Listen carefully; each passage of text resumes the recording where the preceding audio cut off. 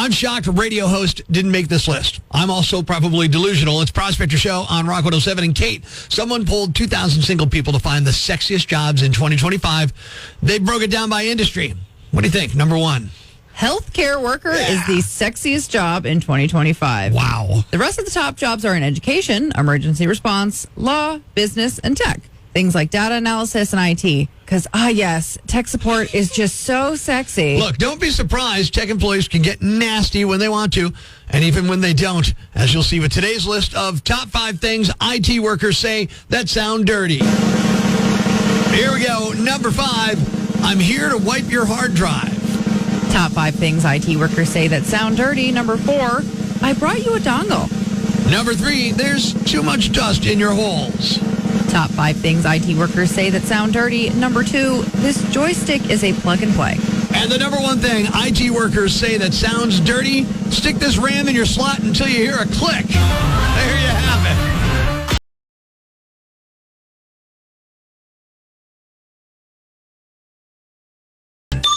Breaking the news that's already broken. It's time for Prospector's Briefs on Rock 107. Wendy's is teaming with the Girl Scouts for a Thin Mint Frosty, and to complete the experience, Wendy's employees will be stationed outside Walmart to harass you into buying one. An Eagles fan shot off a gun after Philly's win in Sunday's NFC Championship game. When reached for comment, the Philadelphia chief of police said, "Are you sure? Just one?" Coffee prices have hit a new high, but on the plus side, Starbucks is now offering 1.99% APR financing on vanilla lattes. Prospector ruins everything, even the news. Tune in tomorrow for Prospector's Briefs on Rock 107. Rock 107. How would you feel if Groundhog Day was less about a groundhog seeing a shadow and more like a gender reveal party? It's Prospector Show on Rock 107. Every year, PETA makes it very clear that they're not a fan of using an actual groundhog, Punxsutawney Phil, for Groundhog Day. They've offered suggestions on things to do instead, and this year they've offered a pretty silly idea. Okay. They say that if Punxsutawney Phil, the groundhog, agrees to retire Phil permanently or to a reputable animal sanctuary, they'll provide a giant vegan weather reveal cake every year. Kate, you know what I think meteorology? I think frosting is science. So, yeah, fine. Go ahead. Prospector, if the inside of the cake is blue, will there be 6 more weeks of winter? And if it's pink, will there be an early spring? Oh, hold up. Blue for winter, pink for spring. That doesn't even make sense. Should it be like gray or green or maybe yellow for spring? Look, I don't know why don't we just ask the sky like normal people? The groundhog, it makes it feel at least like we're in on some secret woodland tradition. Yeah, that's a good point. Of course, this has basically 0 chance of happening. Yeah. Let's not forget PETA's main pitch. Let's retire Punxsutawney Phil to an animal sanctuary. Do they think this poor guy's been doing too much work all these years, stressing out over tax returns? Phil works 1 day a year. 1 day, and not even the whole day. I've had harder weeks deciding what leftovers to toss out. And I'm not a huge fan of Phil, or Gus, the second most famous groundhog in Pennsylvania, okay? But let Phil do his thing. The guy sees his shadow. We all pretend to care. We move on with our lives. There's a big party. Everybody has a good time in Punxsutawney. Leave the cakes for weddings and birthdays, and maybe for people who can actually eat them without debating whether it means snow or sunshine. But if they do go through with this, I'm showing up with a fork.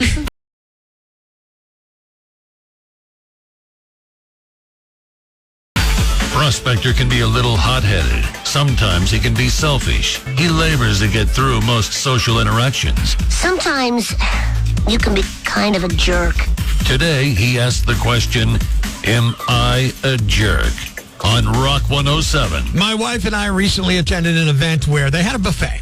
Now I'm going to tell her I'm going to go get some food. So I get up and I wait in line. She's chatting with some people, and she's done this in the past where she comes sauntering over after chatting, and I point at the back of the line. I'm like, line starts there.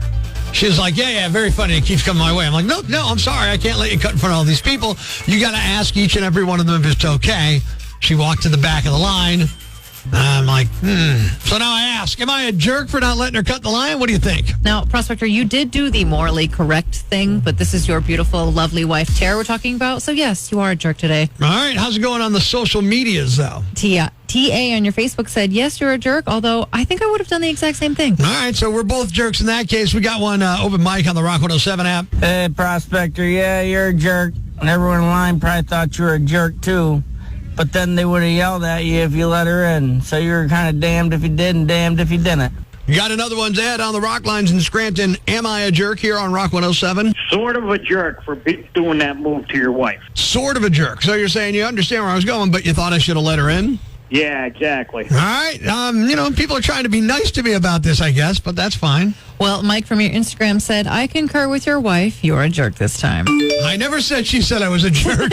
Although, yeah, she said I was a jerk. Got another text on the Rock Lines, 1-888-ROCK 107. Jerk. Kate is right. Tara is your wife. Aha! All right. Aha! Fine. Jenny from our TikTok said, yep, I hope you like sleeping on the floor. That's just rude. On to the Rock Lines here. Actually, this one's another one from Open Mic. Am I a jerk? Yeah, Prospector, you're a jerk. On to the Rock Lines. Mike, check it in here at Rock 107. Am I a jerk, Mike? I'm sorry that I have to say this, but yeah, man, jerk, 100%. 100% jerk on this one, huh? 100%. And the only reason I say that is you have to live with this woman. I do have to live with her, and she's a wonderful woman, and she's since forgiven me for this transgression. Well, Timmy from your Twitter said, so tell me, was your couch comfortable when she made you sleep on it? Jerk. To be fair, the couch is very comfortable when I do need to sleep. And reclining, oh, it's great. Yeah. Gerard from your Facebook said, yeah, it's a jerk move, since everyone probably would have been okay with your wife joining the line. You don't know that. You can't assume that. There's a lot of people to ask. Rock on a hard maybe. place. Who knows? Going in, check it one more time. Open mic on the Rock 107 app. You are a jerk. If I was your wife, what I would have said was, thank you so kindly for holding my spot. You can go to the back of the line because that's what a gentleman would do. Karen, checking in on the Rock Lines. Am I a jerk? Rock 107. No, you're not a jerk. I would have done the same thing. She wanted to ask people, is it all right? Then it would have been a different story. Got one more from the Rock Lines. Rock 107. Am I a jerk? Well, yes, sure. But so morally, what you did was correct.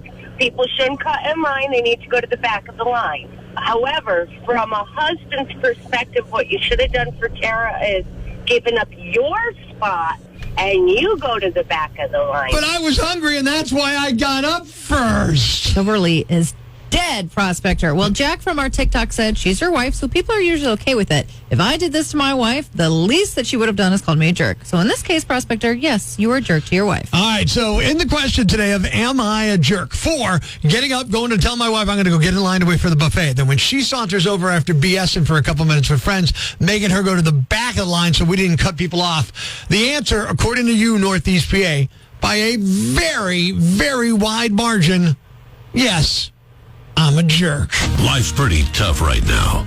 There's plenty of bad news, but it's not all bad.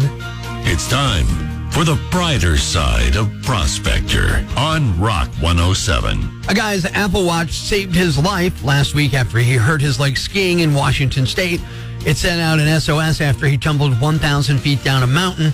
There's footage of search and rescue helicopters picking him up. Without the watch, he probably would have been there all night and frozen to death. Thanks. We needed that. The brighter side of Prospector on Rock 107.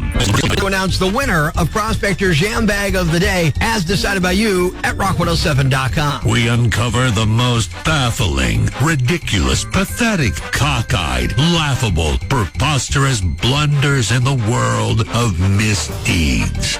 Nominee number 1.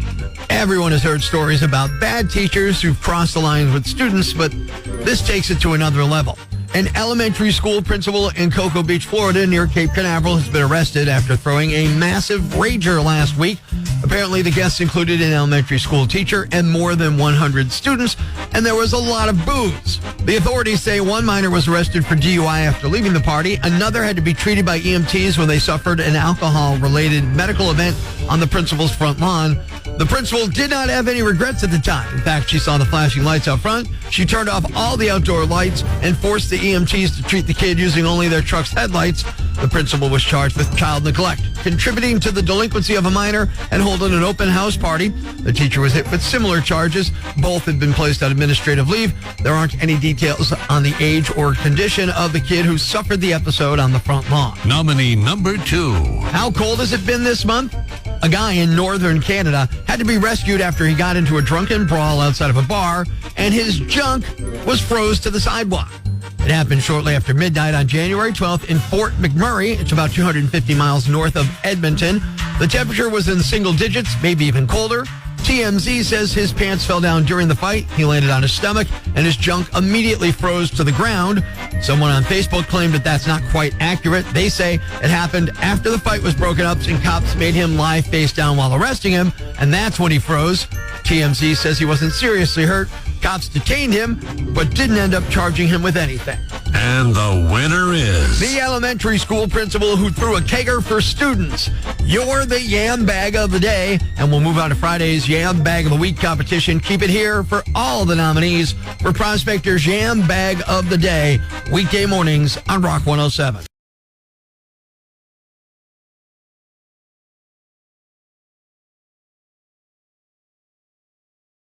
Thanks for listening to Prospector's Prime Cuts podcast.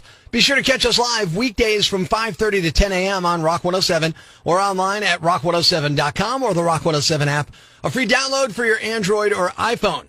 Subscribe to the podcast on Apple Podcasts, Google Podcasts, Spotify, Stitcher Radio, or wherever you get your podcasts so you never miss Prospector's Prime Cuts.